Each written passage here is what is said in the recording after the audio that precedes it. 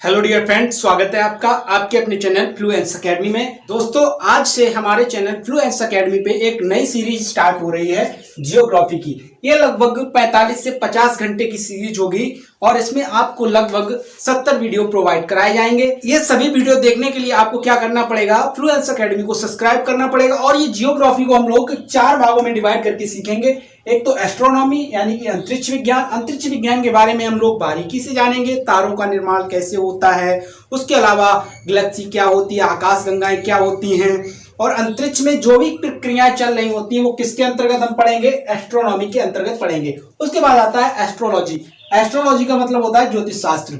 ज्योतिष शास्त्र हमारे सिलेबस का नहीं है, फिर भी हम लोग थोड़ा बहुत जान लेंगे। देखिए, काफी लोग कैसे होते हैं ज्योतिष शास्त्र को नहीं मानते हैं, उसमें से मैं भी एक हूं। लेकिन इसमें से कौन से अपशगुन होते हैं, कौन से शुभ शगुन होते हैं, इनके बारे में जान लेंगे। जैसे ज्योतिष शास्त्र में बताया जाता है कि यदि गेट, ठीक जो मेन गेट है उसके सामने अगर सीढ़ी है वो अशुभ घर होता है। इस प्रकार जो भी प्रक्रियाएं हैं, जो भी सिस्टम है, जो थोड़ा बहुत उसके बारे में बता देंगे। उसके अलावा जियोलॉजी यानी भू विज्ञान, यानी पृथ्वी की सतह का जो अध्ययन किया जाता है वो जियोलॉजी के अंतर्गत किया जाता है। उसके बाद टोपोग्राफी यानी स्थलाकृति, ठीक है, स्थल आकृति यानी स्थल की आकृति, जो हमारी पृथ्वी की आकृति है वो किसके अंतर्गत हम अध्ययन करेंगे, टोपोग्राफी यानी स्थलाकृति। पहाड़ है, पर्वत है, पठार है, मैदान है, इनका अध्ययन हम लोग टोपोग्राफी में करेंगे। उसके बाद जियोग्राफी की बात करेंगे, ना, भूगोल की बात करेंगे।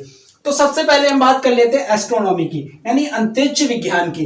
अंतरिक्ष विज्ञान में हम छोटे, यानी कि देखिए क्या है, ये सीरीज बेस्ट उसी के लिए है जिसने जियोग्राफी का कोई नॉलेज नहीं है। क्योंकि क्या होता है, जो मेमोरी बिल्कुल क्लीन होती है यानी फॉर्मेट होती है, उसमें डाउनलोडिंग बहुत स्पीड पे होती है। और जिसमें वायरस वगैरह होते हैं ना, तो उसमें डाउनलोडिंग होने में थोड़ा दिक्कत आता है ना।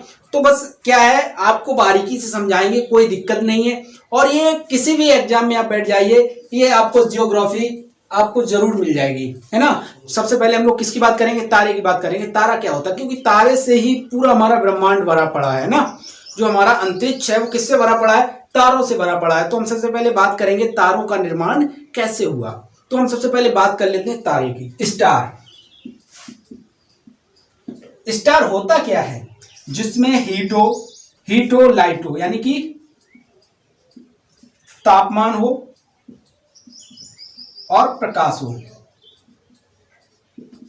बल्ब में भी तापमान होता है, प्रकाश होता है, तो क्या ये भी तारा है? नहीं। आकार में बड़ा भी होना चाहिए। इसकी 3 कंडीशनें होती हैं, और आकार में बड़ा, बहुत बड़ा, है ना। अब किससे बड़ा होना चाहिए, ग्रहों से बड़ा। ग्रहों से अगर बड़ा है तो उससे हम लोग क्या कहेंगे, स्टार कहेंगे। और उसके अलावा उसमें तापमान होना चाहिए, प्रकाश भी होना चाहिए, दोनों चीजें होनी चाहिए। हमारा स्टार है। सन क्या है हमारा, एक बात बताइए, सन हमारा क्या है, स्टार है ना। स्टार है। मून स्टार है? नहीं है स्टार, क्योंकि इसमें ना तो तापमान है, और ना ही लाइट है, और ना ही ग्रह से बड़ा है। इसमें से एक भी कंडीशन फॉलो नहीं हो रही है, इस वजह से ये तारा नहीं है। ये क्या है, एक उपग्रह है, ठीक है। सन की बात की जाए, देखिए इसमें हीट भी है, लाइट भी है, और बड़ा भी है। किससे बड़ा है, ग्रहों से बड़ा है, ठीक है।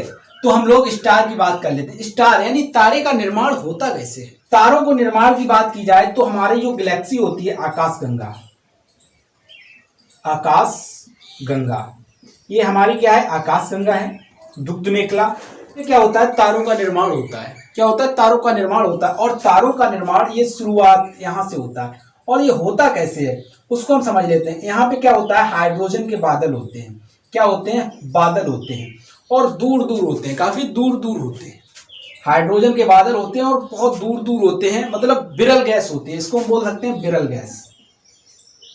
गैस, यानी कि काफी दूर दूर गैस होती है, ठीक है। अब क्या होता है, इसमें थोड़ा बहुत ग्रेविटेशन फील्ड यानी ग्रेविटेशन उत्पन्न होता है। तो ये क्या होता है, अपने आप में सिकुड़ने लगती है, अपने पास खींचने लगती है ना। उसका एक सेंटर पॉइंट बन जाता है धीरे धीरे, और फिर ये थोड़ा पास आने लगती है। ये गैसें थोड़ा पास हो जाती है, घना होने लगती हैं। जब घनी हो जाती हैं तो यहीं पे बन जाती है निहारिका। क्या बनता है, किसका निर्माण होता है, निहारिका का निर्माण होता है, ठीक है। जब ये निहारिका का निर्माण हो जाता है तो इसमें ग्रेविटेशन फील्ड बहुत ज्यादा हो जाता है, और यहीं से क्या होता है, तो हाइड्रोजन क्या होता है, हीलियम में परिवर्तन होने लगता है। हाइड्रोजन का हीलियम में परिवर्तन होने लगता है, यानी कि नाभिकीय संलयन की प्रक्रिया स्टार्ट हो जाती है।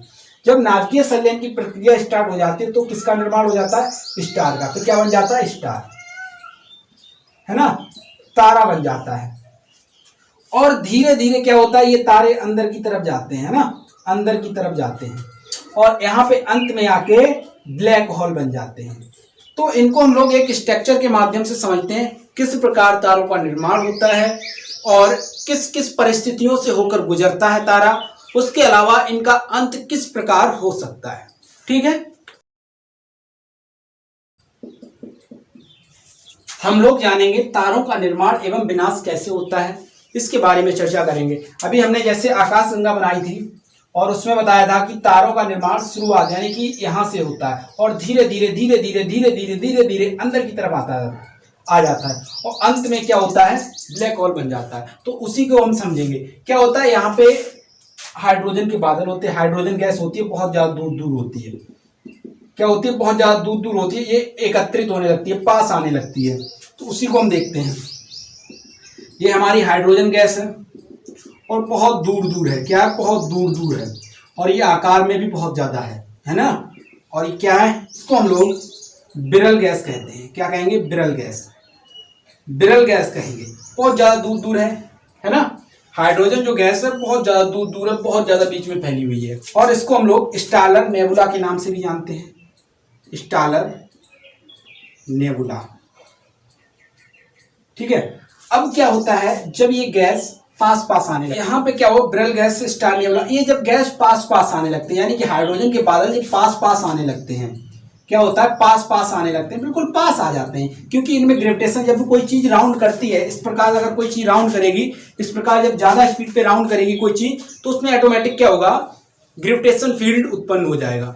तो यहाँ पे अपने पास यानी कि अपने केंद्र की तरफ सभी को खींचने लगती है। जो भी हाइड्रोजन की गैस होती है वो अपने केंद्र की तरफ खींचने लगती है और घना होने लगता है, यानी कि इससे थोड़ा घना हो जाता है। तो इसको हम लोग निहारिका बोल देते हैं, निहारिका।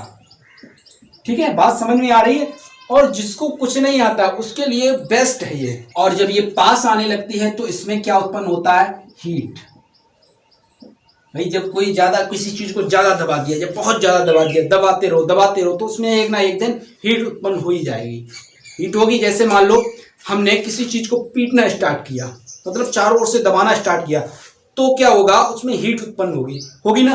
तो यहाँ पे हीट उत्पन्न होती है और जैसे जैसे हीट उत्पन्न होती है और ये हीट उत्पन्न होने के बाद किसका निर्माण करता है, हीट जब उत्पन्न होगी तो इसमें नाभिकीय संलयन की प्रक्रिया स्टार्ट हो जाती है। क्या होता है, नाभिकीय संलयन की प्रक्रिया स्टार्ट हो जाती है और हाइड्रोजन हीलियम में परिवर्तन होने लगता है। और ये जो गैसें थी अब किस अवस्था में आ गई, जो गैसें थी अब वो प्लाज्मा अवस्था में आ गई, प्लाज्मा अवस्था में आ गई। और यही हमारा बनके तैयार हो गया तारा। क्या हुआ, तारे का निर्माण हो गया, तारा बन गया। अगर बात की जाए, जैसे मान लो हमने आपको एक सूट दे दिया, क्या दे दिया, एक इस प्रकार से सूट डिजाइन किया गया है जो लगभग 10 मिलियन डिग्री सेल्सियस का तापमान सहन कर सकता है। वही सूट आपको, वही सूट पहनाकर किस पे, स्टार यानी कि तारा पे आपको छोड़ दिया जाए तो आप कैसा फील करेंगे, हवा में उड़ेंगे या उस पर चलेंगे, मतलब जैसे हमारी पृथ्वी है उस प्रकार चल पाएंगे या डूब जाएंगे उसमें, क्या होगा, सोच रहे होगे ना क्या होगा। तो ये एक तरह के दलदल होता है, एक तरह का दलदल होता है प्लाज्मा, है ना। तो इसमें आप धंसते जाएंगे, धीरे धीरे धंसते जाएंगे और एक दिन उसमें समा जाएंगे। ठीक है, प्लाज्मा होता क्या है समझिए। जैसे हम लोगों को कभी कभी खांसी हो जाती है, खांसी होने के बाद हम लोग क्या करते हैं, कफ निकल के आती है ना, कफ निकल के आती है, वो क्या होता है, इधर से उसको धो, मतलब थूक दिया, उसको निकाल के डाल दिया जमीन पे, उसको धो, इधर से टेढ़ी हो जाएगी, अगर उधर से पानी मारो इधर से टेढ़ी हो जाएगी, मतलब वो जब तक अच्छे से उसमें पानी नहीं लगेगा तब तक बहेगी नहीं, मतलब लिबलिबा पदार्थ होता है प्लाज्मा, जो होता है लिबलिबा पदार्थ होता है। और इसमें हाइड्रोजन हीलियम की प्रक्रिया स्टार्ट हो जाती है, हाइड्रोजन किस में बदलने लगता है, हीलियम में बदलने लगता है, याद रखना, ठीक है। और जब इसका ईंधन खत्म होने लगता है धीरे धीरे, भाई इसका ईंधन भी खत्म होगा, ईंधन भी खत्म होगा तो क्या बनेगा, रेड ज्वाइंट। क्या बनेगा, रेड ज्वाइंट। समझ लेना। और इसका आकार बड़ा हो जाएगा, रेड जॉइंट यानी कि रक्त दानव। क्या बनेगा? रक्त दानव। रक्त दानव बहुत बड़ा हो जाता है, यानी कि पहले की अपेक्षा दुगना तिगुना भी हो सकता है। ठीक है, रक्त दानव यानी कि लाल दानव, इसको हम लोग दानव कहते हैं, लाल दानव यानी कि रेड जॉइंट। और जब ये बड़ा होगा, जैसे मान लो हमारा सन है, अब सन हमारा क्या बन गया? रक्त दानव बन गया। तो उसके आसपास के जो ग्रह हैं इसी में समा जाएंगे, पूरी तरह से इसी में समा जाएंगे। अगर बात की जाए सन जो है हमारा, सन से लगभग 1.44 गुना बड़ा है, तो क्या होगा? मतलब तो किस प्रकार अंत होगा? अगर सन से 1.44 गुना बड़ा है तो तारे का अंत कैसे होगा? और अगर सन से 1.44 गुना छोटा है तो इसका अंत कैसे होगा? तो उस चीज को हम लोग समझ लेते हैं। यदि क्या है, अगर ये सन से यानी सूरज से 1.44 गुना छोटा है, तब क्या होगा? उस समय क्या घटना होगी? तो उस समय ये श्वेत वामन बनेगा। क्या बनेगा? श्वेत वामन। और ये जब श्वेत वामन बन जाएगा, कुछ समय पश्चात ये पूरी तरह से नष्ट हो जाएगा और क्या बनेगा? काला वामन। क्या बन जाएगा? काला वामन। और जब ये दिखना बंद हो जाएगा तो समझ लेना इसकी जीवन लीला समाप्त हो गई। यदि 1.44 गुना बड़ा है तब क्या होगा? जब अगर बड़ा होगा तो ये जो लाल दानव है किसमें परिवर्तित हो जाएगा? अभिनव तारा में। अभिनव तारा बन जाएगा। क्या बन जाएगा? अभिनव तारा। ये विस्फोटक तारा होता है। कैसा होता है? विस्फोटक तारा। विस्फोटक तारा। अगर इसमें विस्फोट होगा, इसमें अगर विस्फोट होगा, भाई सीधी सी बात है, जब विस्फोटक तारा तो इसमें विस्फोट होगा, तो यहां से क्या क्या बन सकता है? क्या क्या बन सकता है वो समझ लीजिए। या तो न्यूट्रॉन तारा बनेगा। क्या बनेगा? न्यूट्रॉन तारा। न्यूट्रॉन तारा। अगर न्यूट्रॉन नहीं बना तो पल्सर बनेगा, पल्सर स्टार बनेगा। अगर पल्सर भी नहीं बना तो क्वेसर बनेगा, क्वेसर। और अगर क्वेसर भी नहीं बना तो क्या बन जाएगा? Black hole. Black hole. ठीक है, क्या बन जाएगा? Black hole. अब देखिए, अभिनव तारा में जब विस्फोट होगा तो या तो न्यूट्रॉन तारा बनेगा, या पल्सर बनेगा, या क्वेसर बनेगा, या ब्लैक होल बनेगा। तो जो पल्सर और क्वेसर तारा होते हैं इनकी घूर्णन गति बहुत ज्यादा होती है। अगर पूछा जाए परीक्षा में सबसे तेज घूर्णन करने वाले तारे का नाम क्या है, तो पल्सर या फिर क्वेसर, इन दोनों में से एक ऑप्शन होगा आपका, वही सही होगा, पल्सर या क्वेसर। एक बार दरोगा के पेपर में पूछा गया था कि सबसे तेज घूमने वाला तारा कौन सा है, तो पल्सर ऑप्शन दिया हुआ था, तो पल्सर आपका सही था। और क्वेसर अगर दिया हो तो क्वेसर सही होगा आपका। और एक चीज छूट रही है, जो श्वेत वामन होता है, जो श्वेत वामन होता है उसे जीवाश्म तारा कहते हैं। जीवाश्म तारा। एक बार इसको हम पूरा रिवीजन कर लेते हैं। जब गैसें दूर दूर हो तो क्या कहेंगे? विरल गैस। जब वो पास में आ जाए तो क्या होगा? जब वो विरल गैस जब पास पास आने लगती है तो क्या बन जाएगा? निहारिका। निहारिका में जब हाइड्रोजन हीलियम में परिवर्तित होगा तो क्या बनेगा? तारा। नाभिकीय संलयन की प्रक्रिया होने लगती है और जो गैस होती है वो प्लाज्मा अवस्था में बदल जाती है। अगर और कुछ समय पश्चात जब इसका ईंधन खत्म हो जाता है तारे का, तो वो लाल दानव यानी रेड जॉइंट यानी रक्त दानव के नाम से जाना जाता है। उसके बाद क्या होता है, जो तारे होते हैं उनमें भी दो कंडीशनें होती हैं, उनका भी अंत दो प्रकार से हो सकता है। नंबर एक, यदि सूरज से वह छोटा है तो वो बन जाएगा श्वेत वामन, जिसे जीवाश्म तारा कहते हैं। और जो श्वेत तारा होता है बाद में क्या होता है? काला वामन बन जाता है और इसका अंत हो जाता है, इसकी जीवन लीला समाप्त हो जाती है।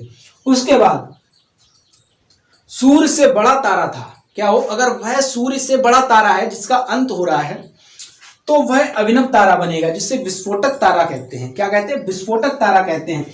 और जब इसमें विस्फोट होगा यानी जब ये फटेगा तो क्या होगा, ये या तो न्यूट्रॉन तारा बनेगा, या तो पल्सर बनेगा, या तो क्वेसर बनेगा, या ब्लैक होल बनेगा। न्यूट्रॉन तारा होता है, पल्सर सबसे तेज घूमने वाला होता है, पल्सर और क्वेसर बहुत ज्यादा तेज घूमने वाला होता है। ब्लैक होल जो होता है ये धीरे धीरे धीरे धीरे धीरे धीरे इतना इसमें ग्रेविटेशन फील्ड हो जाता है कि अपने आप में सब पूरे स्टार को अपने आप में समा लेता है, यानी एक छोटे से पॉइंट में समा लेता है। एक पॉइंट में समा लेगा तो ये इतना ग्रेविटेशन फील्ड इसमें हो जाएगा कि इसमें जब प्रकाश पड़ेगा, यानी कि ये जब प्रकाश इसकी तरफ आएगा तो ये प्रकाश को अपने में ही ऑब्जर्व कर लेगा और प्रकाश को वापस नहीं जाने देगा। इस वजह से ब्लैक होल हमको नजर नहीं आते हैं। जहां पे ब्लैक होल होते हैं वहां पे पूरा एरिया में क्या नजर आता है, खाली नजर आता है। यदि बात की जाए ब्लैक होल की, अगर मिट्टी की, अगर 1 चम्मच मिट्टी लाकर यहाँ पे रख दी जाए तो उस 1 चम्मच मिट्टी में लगभग 40 हाथियों के बराबर वजन होता है। कलर ऑफ स्टार, तारों का रंग। ठीक है, तारों का रंग किस पर निर्भर करता है? कलर ऑफ स्टार, तारों का जो रंग होता है वो उसके पृष्ठ तापमान पर निर्भर करता है। जैसे ये एक स्टार है तो इसका जो पृष्ठ का तापमान है, यानी कि जो ऊपरी जो सतह है उसका जो तापमान है उस पर निर्भर करता है, पृष्ठ तापमान पर निर्भर करता है। ठीक है, तो हम बात कर लेते हैं। देखिए, तारे का रंग या तो लाल होगा, लाल नहीं होगा तो सफेद होगा, सफेद नहीं होगा तो नीला होगा। अब हम बात कर लेते हैं कब, यानी बहुत अधिक ताप होगा तो कैसा होगा, नीला होगा। बहुत अधिक, अगर इसमें तारे में बहुत अधिक तापमान है, उसके पृष्ठ का तापमान बहुत अधिक है तो क्या होगा, वह नीला नजर आएगा। यदि उसमें नॉर्मल तापमान है तो कैसा दिखेगा, लाल। नॉर्मल तापमान में वह लाल नजर आता है। अगर वह मिडिल तापमान है, ना तो बहुत ज्यादा गर्म और ना बहुत ज्यादा ठंडा, तो वो कैसा नजर आता है, सफेद नजर आता है। बात समझ गए होगे। आशा करता हूं आपको यह वीडियो पसंद आया होगा। यदि आप जियोग्राफी की पूरी सीरीज चाहते हैं तो हमारे चैनल फ्लुएंस एकेडमी को सब्सक्राइब कीजिए और ज्यादा से ज्यादा शेयर कीजिए और अपने मित्रों को जोड़िए। ठीक है दोस्तों, मिलते हैं नेक्स्ट वीडियो में। तब तक के लिए नमस्कार, जय हिंद।